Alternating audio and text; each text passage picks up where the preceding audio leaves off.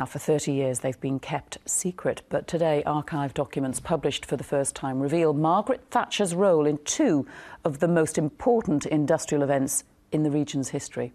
The papers from 1984 reveal the former Prime Minister stepped in to save the Nissan deal that brought thousands of jobs to Wearside, but also secretly discussed a hit list of pit closures during the miners' strike. Here's our political correspondent, Mark Denton.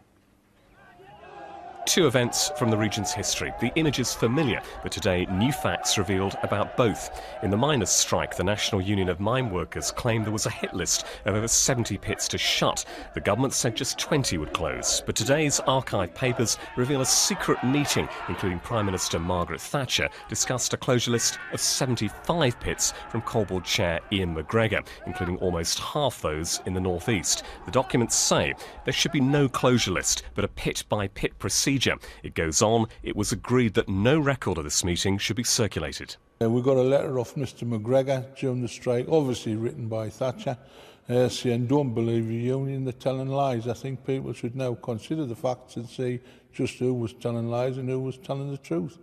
The government was always going to have an assessment of all the mines in the country and which ones could be kept open and which ones weren't.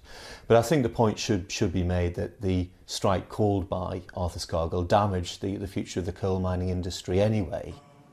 But today's papers also reveal Margaret Thatcher personally intervened to stop a threat to Nissan arriving on Wearside. Changes to corporation tax brought in by Chancellor Nigel Lawson would have cost the firm £18 million. The papers showed then Trade and Industry Secretary Norman Tebbit wrote, "Nissan might see this as a breach of faith." Margaret Thatcher wrote in the margin, "The position looks extremely serious." In the end, Nissan was given a deal modelled on regional development grants. The jobs came, of course, and stayed. But again, views of Margaret Thatcher's role are split. I think she'd given a personal assurance to Nissan and to the Japanese Prime Minister about it. And once she'd done that, she was absolutely loath to go back on it. And I think really faced down her Chancellor Nigel Lawson. Massive amounts of funding were put in, tax gifts were given. If that had been put into the British coal industry, we'd still have many pits in Durham. And it's sad to think that such a patriot, or a patriot supposed to be, was supporting Japanese industry and not British. Events from the past that have both shaped the region and both put into a new light today. Mark Denton, BBC Look North.